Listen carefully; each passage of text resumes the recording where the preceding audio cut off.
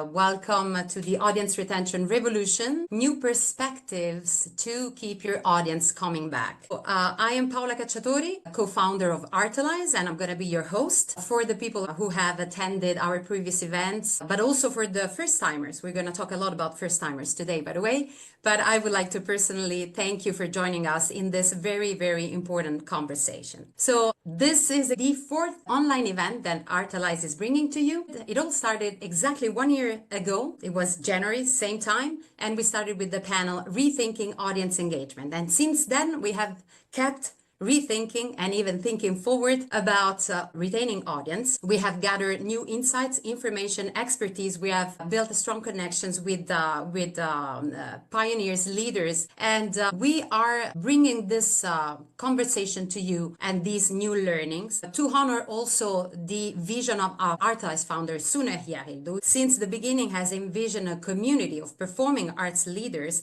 that join forces together, share best practices, share frustration and challenges, but also insights and common practice to overcome the big obstacles that our industry is facing today. And we will see those obstacles are quite huge, but we also have good news. We're here also to bring good news. And by the way, I'm not going to be by myself in doing this. I have an incredible lineup of speakers that I would like to welcome. So I will start with a great marathoner who is Chief Advancement Officer at Opera America. Welcome, Dan Cooperman, for joining us. Thank you. It's a pleasure to be here. And then we have video game Astrobot champion, but also executive director at Chicago Philharmonic, Terell Johnson. It's a pleasure to have you, Terell. Thank you so much. Great to be here. And then we have another video game platinum ranked player, Julie Kniebe, founder of the startup Music Tomorrow. Thank you, Julie. It's really super special to have you. Thank you. Glad to be here. And then last but not least, a man who started his career designing the marketing campaigns for Campari. So if you brought your aperitivo, that's absolutely fine with us, but he's of course also a marketing director at Semperoper in Dresden, Germany. So he's going to give us a little bit of the European touch. Thank you, Stefan Vollmann, for joining us tonight. Welcome from Saxony.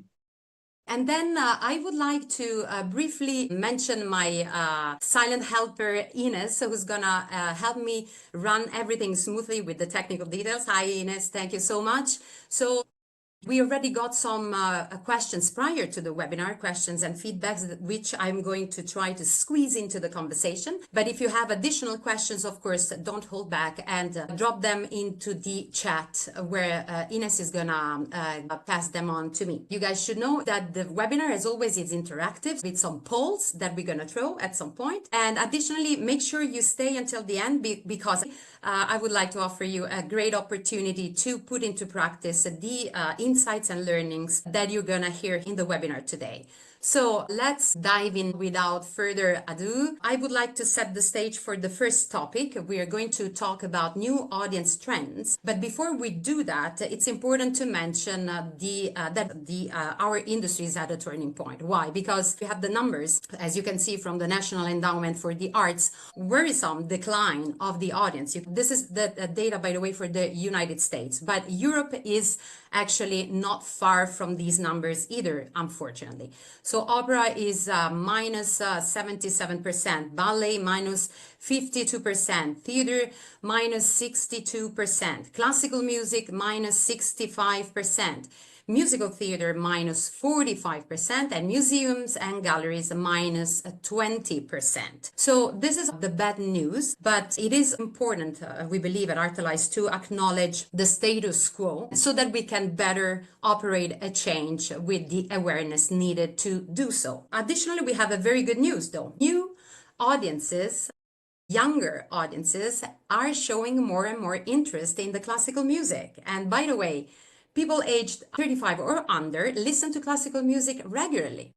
Younger people were twice as likely as their parents to listen to orchestral music while working. And this is my favorite because as an Italian, I think that's great. Listening whilst cooking was the most common situation. So I'm really very happy about that. But this is actually setting the stage for our very interesting conversation. I would like to start by asking a question to Dan Cooperman. So then I would like you to enlighten us a little bit about the research that you recently led at Opera America, and especially what were the discoveries that really surprised you the most? So last year, we embarked on a year-long research project with support from the National Endowment for the Arts and in partnership with a research firm based out of the University of Chicago called Slover Linnet at North. And what we had been hearing from our member opera companies across the United States and Canada was that as audiences were still down after the pandemic, the one audience segment that remained at its record highs was newcomers, ranging from, I think when we last did a little survey of it, it was about, on average, they were up 6%, but at some companies, it was as high as 20% increases of first timers. So we really wanted to understand what was bringing these newcomers to opera companies. What was their experience like? And what were the barriers that were preventing these people from coming back or coming back more frequently? Because many of them did come back at least once during the time frame of the survey. And of course, the underwriting trend here was that if we could identify ways that opera companies could hold on to some of these new audiences, get them to come back more frequently, then that would be the formation of a new audience and a sustainable audience for the future. So we partnered with 36 opera companies of all sizes, formats, geographies. Together, they sent out almost 200,000 surveys by email, and we received about 11,000 responses, which is a really terrific response rate. I will say, of course, with a caveat that that response rate naturally has a positive bias to it. Because if you were going to a performance and you absolutely hated it, you're not paying attention to the emails that opera company is still sending you. You're not going to click on that link, even if you are paying attention to them. So we do have to keep in mind that our results are slightly skewed to the positive, but there were some really, really positive things in this research. And this research is available on our website, is a report we called Understanding Opera's New Audiences. It's available at operaamerica.org/new audiences. You can see the key findings and download the report. But to highlight just a couple of the main takeaways, the biggest and most positive of the whole thing is that our audiences were having really positive experiences. Newcomers were enjoying their time at the opera by and large, and they were willing to recommend it to other people at the same rates as those returning audiences. As we looked at what was drawing them in, one of the biggest drivers was an interest in having an experience. And we interpreted this really as having that bucket list experience that you checked off. You want to experience the opera and everything that goes along with it. Part of that is the theatrical experience is more important to you than the musical experience. It's the whole thing together. While there was great intrigue in new work, contemporary work by living composers, the vast majority of newcomers in the survey came through the door for works of what we call the inherited repertoire, classics, the Toscas, the Carmens, the Bohemes. That gets people in the door for the first time. And it sort of makes sense. Those are works that you grow up knowing are operas, and if you're going to come for your first time, you want to see what a traditional work is. One of the other nice things we learned is that engagement with digital content is really important as a precursor for new audiences. And there's a lot more for us to understand here, but it was very clear that many newcomers listen to opera and watch opera before they come. And really surprisingly, a larger percentage of newcomers listen and watch after they leave than returning audiences. So there's some really important link between the engagement with content digitally and the live performance. And the last big takeaway is that these newcomers that we're getting are very different demographically and behaviorally from our ongoing audiences. They're generally younger, they're more racially and ethnically diverse, they have a broader range of incomes, and they have fewer higher degrees. So they are a broader swath of the general public. And finally, they have different tastes in music. They listen to a broader variety of musical styles. And although they are arts consumers, they don't attend as frequently as our ongoing audiences. Thank you, Dan. That's super, super interesting. And I would like then to go to Terell. Terell, I would like to ask you, what was the biggest challenge that you faced when you took over your job at the Chicago Phil? If you can give us a little bit of insights about that and how do you sort of tackle it? Oh, thank you. Yeah, I was, listening to Dan. I'm like, oh, there's a lot of things that we're employing, and yeah, I feel like I'm really resonating with a lot of the things that you were mentioning. So I joined the Philharmonic about 4 years ago now, 4 full seasons. Prior to my time with Chicago Phil, I was at the New World Symphony in Miami Beach. That was an organization of innovation with a ton of toys, like really pairing technology and storytelling with our artistry. And so the challenge I had, with my first interaction joining the Philharmonic was this was during COVID. So we were still not performing publicly. We didn't have live audiences in person. So my first performance opportunity with the organization was a recording. And it was, a great opportunity to hear the skill of our musicians. And then also the challenge was, okay, how do we return? How do we come back to presenting great work in front of an audience, and how do we fill the house? So one of the biggest challenges was obviously dealing with the pandemic, but also finding the opportunity to have audience members return. And honestly, a lot of audience members from our past, subscriptions and things did not return.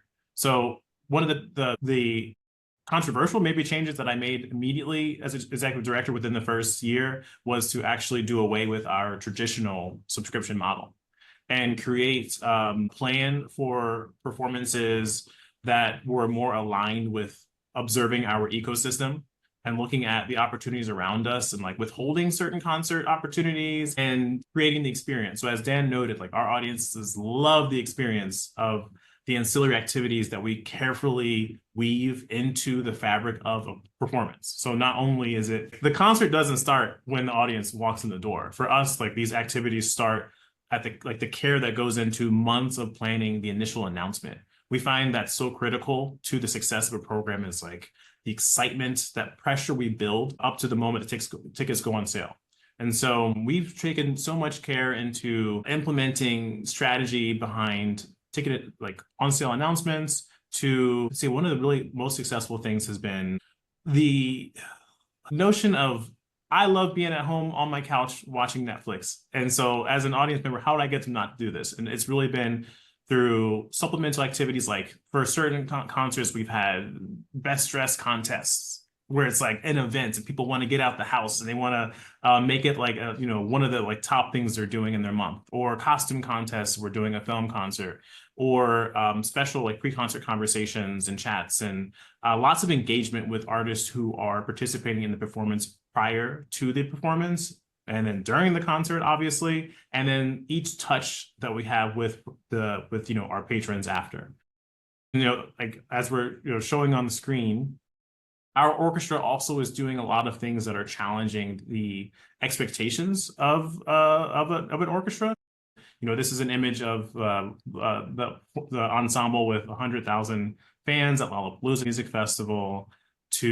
We worked with a Japanese artist that was just on the next slide, named Kishibashi. And as we note, storytelling has been so critical. So I would say a big part of our recent success has been coming back and bringing full audiences to the house, has been through storytelling, through the momentum leading up to the announcement of the performance, and then just making each concert something so memorable for our audience members and capitalizing on their feedback. Like, I'm sure Taylor Swift will get brought up today, but like artists like that are using crowdsourcing the social media of their fans and using it as publicity and momentum for building excitement for additional performances. Like we strategically are using the comments and feedback of our patrons to build hype, to build excitement for the next endeavor. So this has been something that's been really positive for our organization. And I'll note though,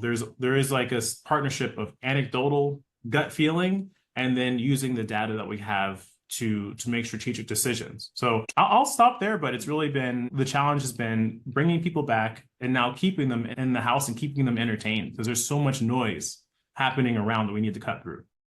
Absolutely. Thank you so much, Terell. And Stefan, I know you also had to face a challenge, especially when Semperoper was sending actual mails, and then a little label came, do not send me mails anymore. So you had to switch to digital. Tell us a little bit about that. Yes, hello. It's maybe a journey that many of our listeners also have experienced. That is the shift to digital. And what sounds very simple at the beginning, leading audiences towards digital platforms, evolves to be a quite difficult task if you come to think of it. Well, at first, of course, the shift was a global one, and more we started communicating in digital ways. Then came the pandemic, and that helped actually this process a lot. Not only in Germany, also in Austria, where I worked at the time of the pandemic. It was a big push for those being suspicious to finally use those channels. Here at the Semperoper, what helped doing this shift was that we started using a new ticketing system, Eventim, which is quite common in German-speaking countries when you're starting the season before last one. That helped a lot. And we launched a new website at the beginning of this season, so that also helped. And we saw really good increases in attendance into the web shop. The figures more than doubled. So this is the shift that we all need to make. And maybe we go into more detail later about speaking about media, the shift in media as well. Absolutely. Yeah, so Europe is facing that as well. And Julie, sticking to Europe, tell us a little bit more about what inspired you to fund Music Tomorrow, and what is your mission there? So Music Tomorrow, our mission is to open the black boxes of the music industry. We work mainly with record labels, and our goal is to help labels work with algorithms. So we are fully digital, and we offer them a platform to understand how algorithms see the artist and what they can do about it. So basically you can see it as SEO. So the same way you have tools and best practices to rank a website up on Google, we do the same, but for artists on Deezer, Spotify, and so on. So we basically help them understand and navigate the digital landscape, but very specifically help them navigate the algorithms and audiences they reach through algorithms that are not necessarily the same they're used to reach. So is it fair to say that that industry actually is flooded with data, as opposed to our industry? I know there is a lack of data in the performing arts, but the recorded music industry actually has the opposite problem, right? And that's perhaps you're giving that light to navigate that forest of data. Okay, very nice. Now I think we have our first poll of the webinar. So I think Ines is gonna launch it. Exactly. You're all very welcome to answer. It's gonna introduce the next topic. So the question is, we customize our communication to first timers or to our subscribers or donors? So do we customize communication for each and every segment that we have in our audience? We're gonna share the results with you. So now people are voting, and I think we're getting almost to the end of it. Yes. Okay, I think seems like we're done. We're gonna end the poll and we're gonna share the results. As you can see, sometimes wins. So it's better than never, I would say. So, but sometimes, and then we have often, we have never, and then always. So that's very interesting. And it helps me introduce the next topic, exploring the customer-centric approach. So I would like to show you a little slide to really define what it means to be customer-centric. Terell, Stefan, Dan, Julie, they all spoke about it, but here is like the most common way symphony orchestras advertise for their events, right? Except that imagine you didn't know Schumann, you didn't know the conductor, you didn't know necessarily Simon Rattle well, I mean. So in a way that really it resonates with you. And that is a little bit what is happening today. If we keep advertising in this way, we are talking to a target of people who might not react as we would, knowing, of course, whom we are advertising. So this is exactly one of the things that need to change. Terell mentioned it, particularly the experience. The audience is buying tickets for the outcome they're getting, right? And what Dan was highlighting, the theatrical experience is really what these new audiences are looking for. So I believe this is very important to introduce the next topic. Dan, I would like to start with you again. Based on your findings, you also identify some big challenges that new to opera audiences are facing and that sort of keep them from returning, right? You were mentioning before. And so, what are these kind of deterrents? So I think unsurprisingly, the number one barrier that was reported by our newcomers was, drumroll, price. The cost of tickets was cited as the biggest barrier, followed not far behind by the preference to spread their attendance across multiple organizations. And beyond that were lots of very, very small barriers that, in terms of their volume, came nowhere close to ticket price for sure. But I want to pull that apart a little bit. So the first thing I'll say is that there's one nuance to the price, which was that as we were reading through the data, what we found is that the price of tickets isn't necessarily an issue for people coming for the first time. They want to have that experience, they're willing to pay for it. Price really becomes an issue in their view in terms of repeat attendance or the frequency of attendance as they cite it. And there's really nothing surprising about that. We have here in the office a similar kind of study that was done in the early 2000s, and the responses there are exactly the same. And I'm sure you could go back another 20 years and you'd find the exact same thing. And of course, we know that people are willing to spend a lot of money for things that they really want to see. Sports games, Taylor Swift concerts. Terell, you were right. We're going to mention it. And I think we need to ask as an industry, how is what we're offering different from some of those things that people are willing to spend tons of money on? Because there are differences. You can't check your phone during a performance in the same way that you can at a Taylor Swift concert.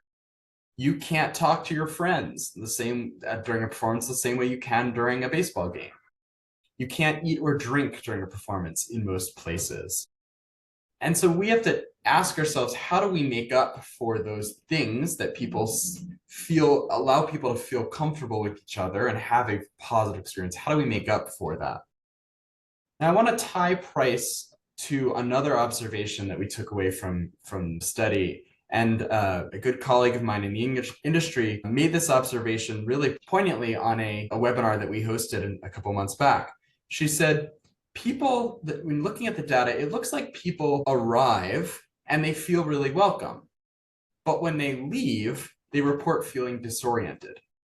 So something is happening between the arrival and the departure that's a problem. And I think this is a point where we have to address or really dig into what might be happening with that positive response bias in our survey. And that positive response bias means that some of those lower ranking barriers in our report are going to be underrepresented and minimized in the research. People who really think that opera was too long and that spoiled their entire evening didn't fill out the survey. So another way to cut through that response bias is to look at the data from a different way. And it's to say, of everyone that responded, let's compare the responses for newcomers that came once and didn't come back to newcomers that came once and came back. Is there a significant difference in their responses?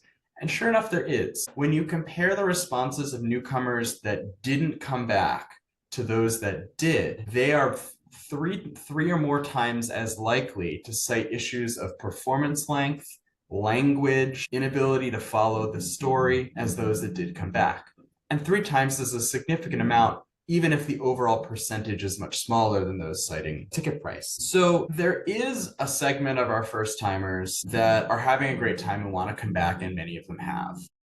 But there is also a big segment of our first-timers, and I would guess that it's many of those people that didn't fill out the survey, that are having an uncomfortable experience. They are lost, they are antsy, they are bored, they are disengaged, they feel like they don't know enough about what they're seeing to feel welcome. And I have to ask the question, would you pay a high ticket price to go to something where you're going to feel that way? Would you even pay a low ticket price to go to something where you're going to feel that way?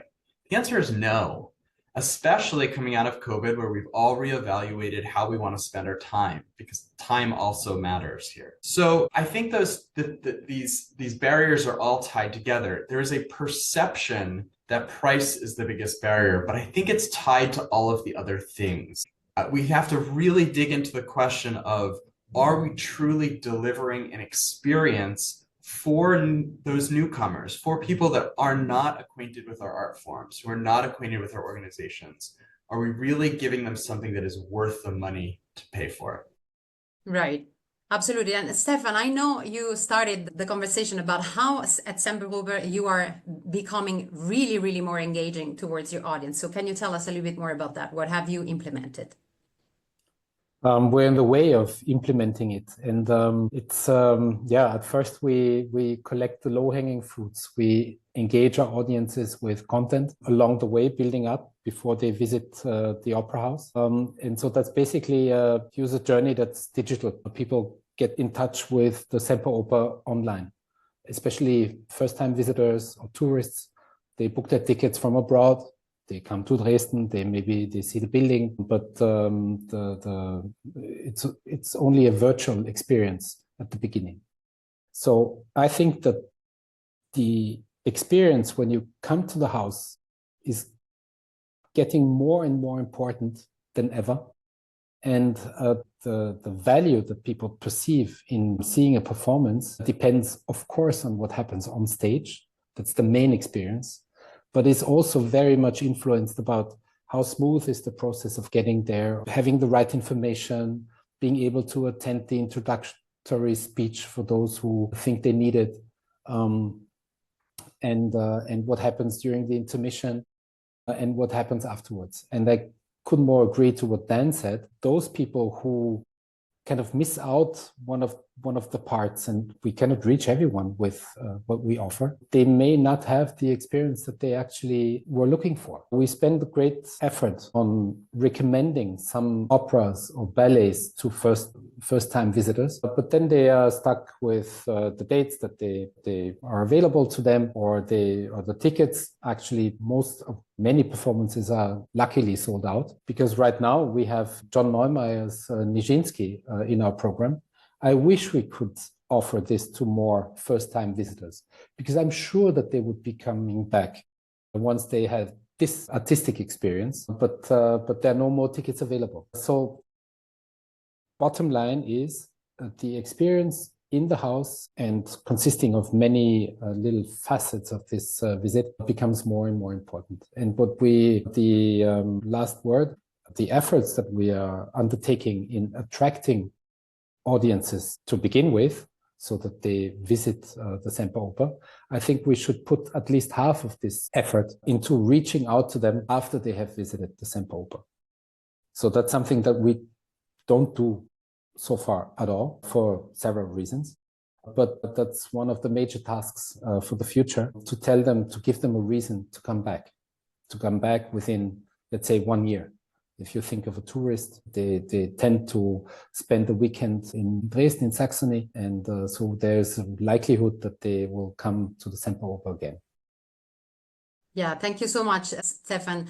And actually, Julie, I would like to ask you one thing. So I know in the recorded music industry also you're facing changes, and particularly we were discussing about the fragmentation of the audience, right? So can you tell us a little bit what is happening with your audience in your sector, also maybe how the industry is adapting to this?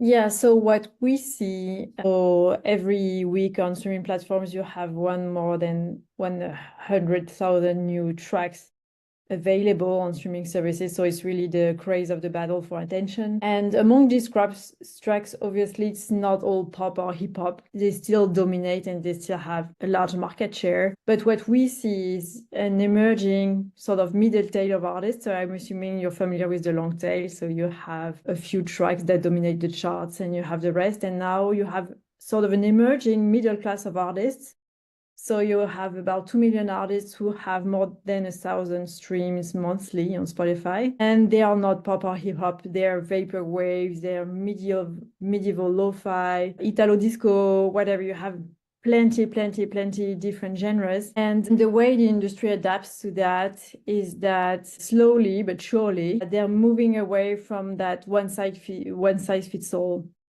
So you have one traditional industry model where you have Taylor Swift and the Swifties and people who pay crazy amount of money to see her in a stadium.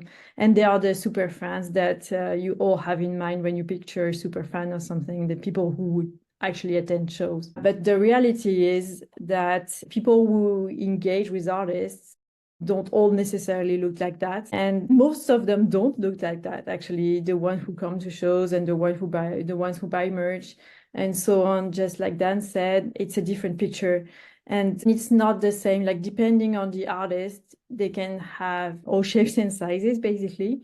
So the way the industry sees it and the way Music Tomorrow plays into it is that we help them get insights about these audiences. So we have the data tools to say the vaporwave fans or in the US, in that city, in that demographic, and they also love that artist, and they tend to also, for example, buy cassettes, purchase visual arts, stuff like that, stuff that are related to being in that aesthetic rather than just being a fan of one particular artist.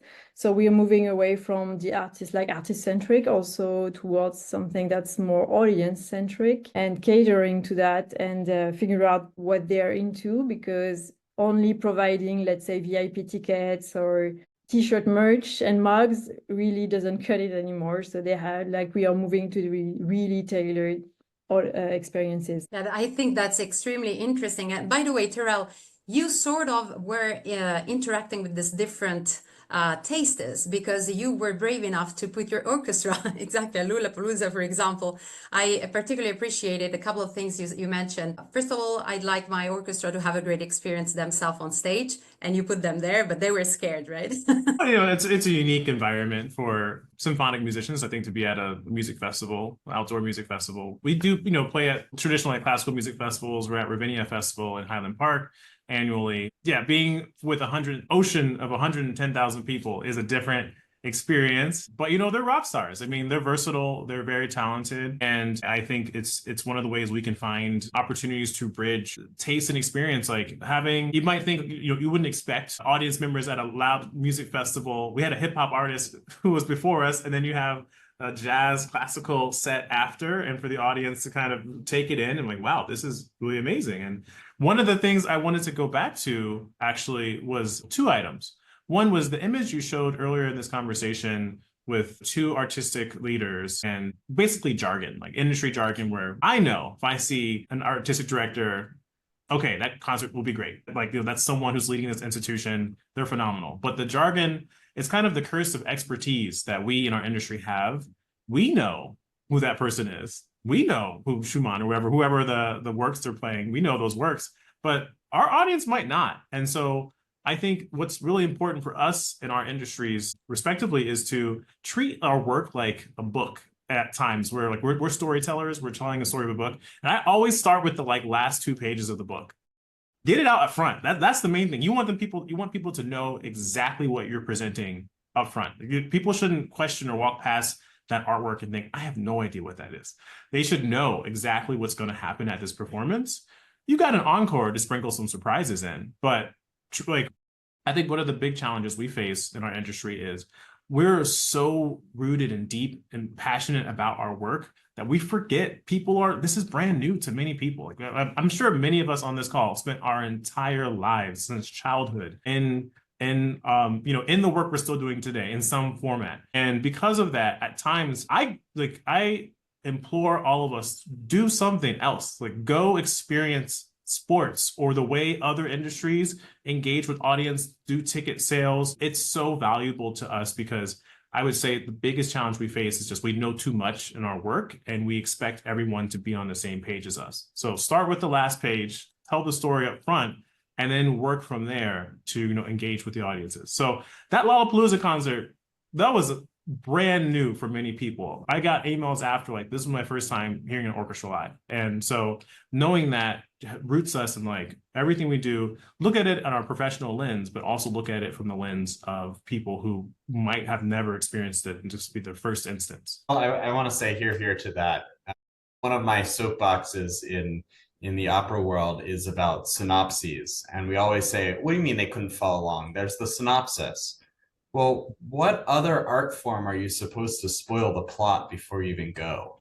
How does someone who's never been to the opera even know that they should read a synopsis, let alone be able to find it on page 47 of 92?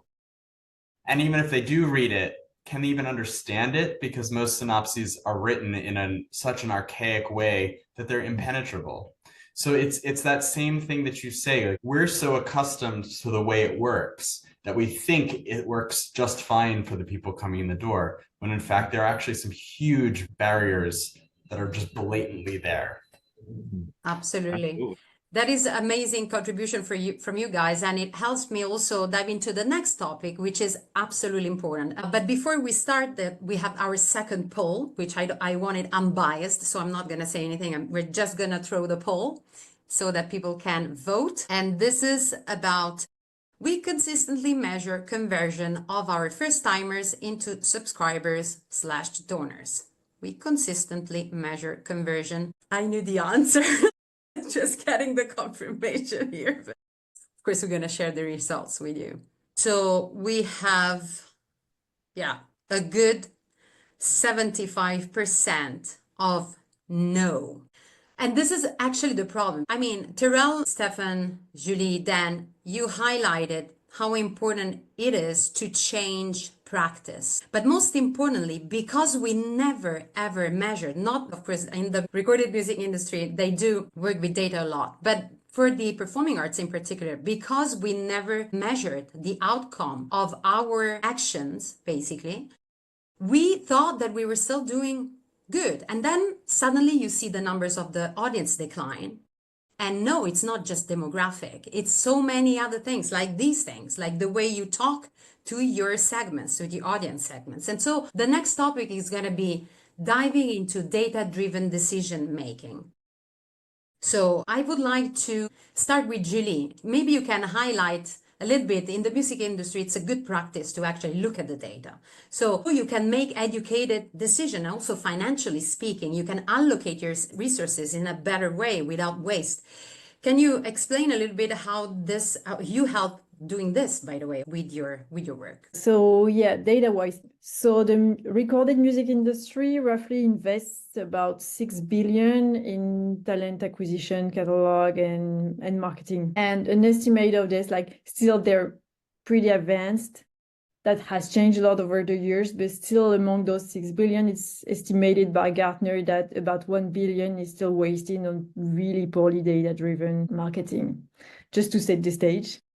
But that's obviously getting better with the rise of players such as ourselves. And we yearly run a survey called the State of Data Report in the music industry. And we measure the evolution of how often people will look at data prior to taking action in their daily jobs. And that has risen from about 50% of people using data on a weekly basis to now in 2024, it was about 90% people looking at data. So now you can imagine in the old days, like people would have a crush on a band and sign them to a label. That doesn't happen anymore. Like they would look at the data, see what's happening. Is there organic attention to this? Is there a community around the artist? And if so, then they would get signed. Like we could speak hours, like lots of debate about whether that's good or not, but that's the reality of the world we're operating, being so flooded with so much music. So they work with data at the signing stage, at the marketing stage. So every step of the way, they're collecting data about what's happening and how to work with it. So it's still a lot of problems of fragmentation. I think you have them too, having to work with different platforms, but there is an emerging music tech sector working on it, but you get the idea. all the jobs are impacted. So there's not a single person in the recording music industry that's not impacted, whether that's in royalty, in promotion, in scouting, like everyone. Thank you so much. And Stefan, I wanted to ask you a very practical question. So what are the challenges in the, especially also in your ensemble or anyway in Europe, in the performing arts, that keep us from being a bit more data driven? The simple answer would be that opera houses are more like printing publishing houses. Paper rules. Still, you can touch it, you can sell it, people can carry it home, but we have no reliable data on what the conversion rate is of publishing magazines and brochures, etc. So I don't believe that we are ready for not having anything printed at all. But the shift is so dramatic that the pace at which we follow this shift is, in my opinion, not high enough. And we're still learning every day, every week, what works, what doesn't work. But only, let's say, tough situations bring more than just the marketing department to think about these topics. The next premiere that's coming up is an opera by Kaya Sayahu. Well, we, working in this industry, we know who Kaya Sayahu was. But tourists, audiences in general, especially here where they're not so exposed to modern classical music as in Berlin, it's really difficult. So what to do? Of course, you have to segment your audiences. You have to look for fans of let's say the music from I don't know, Pierre Boulez to Stockhausen, and speak and try to segment the markets to reach out to these patrons. But that's difficult. And then you can, I think, and that's my experience, convince other members of here our opera house to rely more on digital data and to use these tools in a better and more reliable. Very, very insightful. And then you also have a little, maybe you can highlight a little list of the most common obstacles that actually opera houses encounter when it's about to become data driven. So they don't have access to that for many reasons. Maybe you can tell us a little bit what are the most common? I mean, it really comes down to data fidelity. Many opera companies don't have clean data for any number of reasons. Even in our research, we asked companies to send us separate lists of their newcomers and their returning audiences. And then in the survey, we asked everyone, are you new or returning? And we found that half of the people that opera companies thought were first timers had actually been there before. So, and that's a challenge, you know, if you've always gone with your partner and your partner's bought the tickets all the time, and then suddenly you buy the tickets that next time, looks like you're brand new, but you've actually been going for years. So that there's inherently a challenge with that. And I'm not sure there's an easy way to get around that. There's also a challenge. Many of our opera companies in our membership have budgets under $1 million. They are small opera companies.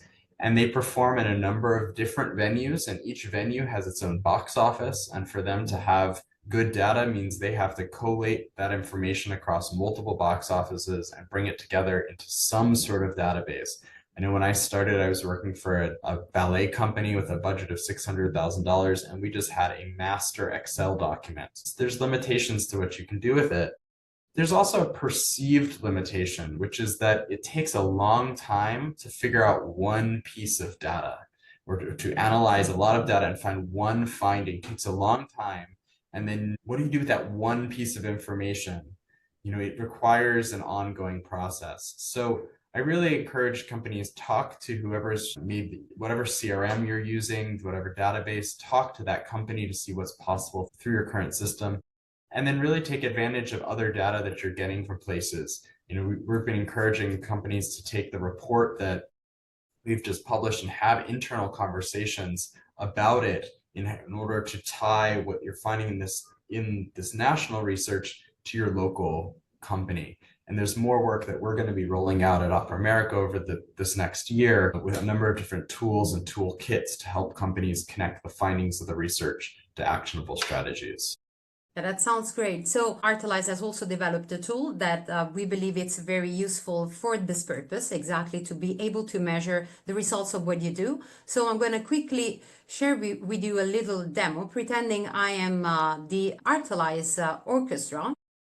that is here to try to retain their first timers, especially researchers like Dan tell us that the first timers are the segment that is most important in an arts organization, also for its longevity, because their lifetime customer value is higher than the other segments, and we're going to see that in a moment. So at Artelize, we have built a solution called the Artelize Audience Retention Dashboard that is working in this very simple way. You can upload your data directly from your ticketing system into the dashboard, and it's as simple as it looks in the video. So it can be any Excel, CVS format data files. If there is any trouble with the format, we have a team of data analysts that can support you at any time. Basically, the system is able to display your segments within literally seconds. You can benefit in very little time from this kind of knowledge. So you're going to have the opportunity to get out of the dark with your segments. And here, for example, we are highlighting the first-time buyers, here the multi-ticket buyers, the renewing subscribers, the major donors, and so on and so forth. What you get is at any time you're able to download your segments with their contact details, obviously. But additionally, what makes Artelize different is that we have implemented AI into our tool. So in a very smart way, obviously tailored for the arts organization precisely. And in here, for example, I get a set of suggested actions that could immediately implement my targeted communication to the first-time buyers. So what I need to do next is simply to select one of these actions, implement that, and as you can see, it goes as far as creating templates for you. So that customizing the communication, so each and every segment is addressed in the way they most react to, it is possible in a faster way with Artelize. Our system is based on drafts that are basically including all the newest trends and the best practices that marketing should utilize, as Dan, Terell, Stefan, and Julie were saying, to offer a different communication. Additionally, we come, in my opinion, to the most important part, the evaluation of the performance. You can simply keep track of the retention of each and every segment you're working on with the dashboard that is telling you, hey, after this action here, you gave a 50% discount on the next tickets to the first timers, and that was positive. You can see that the conversion rate went up by plus 6%. And so on the timeline, you will see all your actions and the effects of those actions, meaning that even if you do something, quote, wrong, you are in time to correct what you have done. And this is crucial to steer away from that decline that we have seen at the very beginning of our introduction. Knowing where you are at and knowing that you can always change and do something new, something better, something different. Like, you know, you have got so many examples tonight from our speakers, but really measuring the impact of these new best practices is super crucial, I would say. And back quickly to the first-time buyers, we have developed this research based on our customers' data. If a customer, let's say first-timer, pays an average ticket price of $30, it takes just one time for them to come back and be willing to pay 7 times more that price. So $30 per 7. Their customer lifetime value increases 7 times. $30 easily become $200. This is why first timers are so vital to massage and to keep talking to. So way before the event, like Terell and Stefan said, starting way longer and then following them with targeted communication and measuring every time the impact of your action. Then you will see how much easier it is to convert these segments into subscribers and donors. Before I wrap it up, I would like all the speakers to give one last encouragement for our industry. One last shot of what you really believe can make the difference for us from now on in our industry. Let's start with Terell. Well, I think, I know the opening slides felt a little doom and gloom because things were on a decline, but I think there's lots of innovation happening in our industry. I think there's a lot of joy happening. I think there's a lot of positivity. I think we do amazing work. So I think it's just we need to sometimes, fail fast. I think, invest long term, see these things as measurable over time and not, some of it's not going to be immediate success or change. But I do think the future is very bright for us. And I think it just takes place in rooms like this with conversations like this and creativity and sharing wisdom. So I just want to thank everyone, for your time. And I can't wait to see the great work that happens at our respective institutions in the future. I think a lot of how we operate as a field is that our goal is that somehow our industry will be the way it was 40 years ago. And we're not going backwards in time. We're not going back to the 80s. And we're going forwards. And so I dare you to create a vision for what forwards means. What are you willing to let go? What are you willing to try differently? What are you willing to blow up because we've never blown it up before? We've never blown it up this way. So I think there's a real opportunity here to create a new strong vision for going forward. I think Dan mentioned it in the survey numbers, like we are definitely moving towards more diversity in the music space, in our space.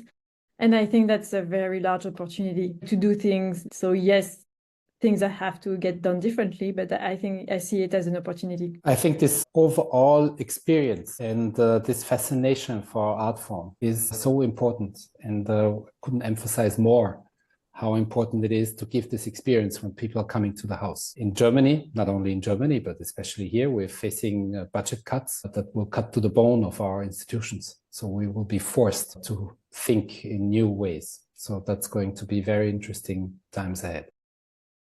Thank you very much to each and every one of you. I'm so proud of my speakers. You have really made a difference tonight, I believe also for our audience. And it's so beautiful to witness so much change, exactly, so much joy and so much hope, because that's what we need to stop the decline. And the audience is out there. We just need to cater their attention in a bit of a different way. Stay tuned for the next Artelize event. Of course, we continue the conversation. We will continue to provide you with important contents. I want to reassure the people that have left a question that we will get back to you after the webinar. We need to wrap this up now, but we are gonna get back, and you will be able also to receive the recording of the webinar. So if you want to share it with your team, and of course, if you want to spread the knowledge and the awareness. Once again, thank you everybody for joining. We hope you loved the webinar. There's going to be a little survey at the end. Please take really good care, everyone, and see you very, very soon. Thank you very much. Bye.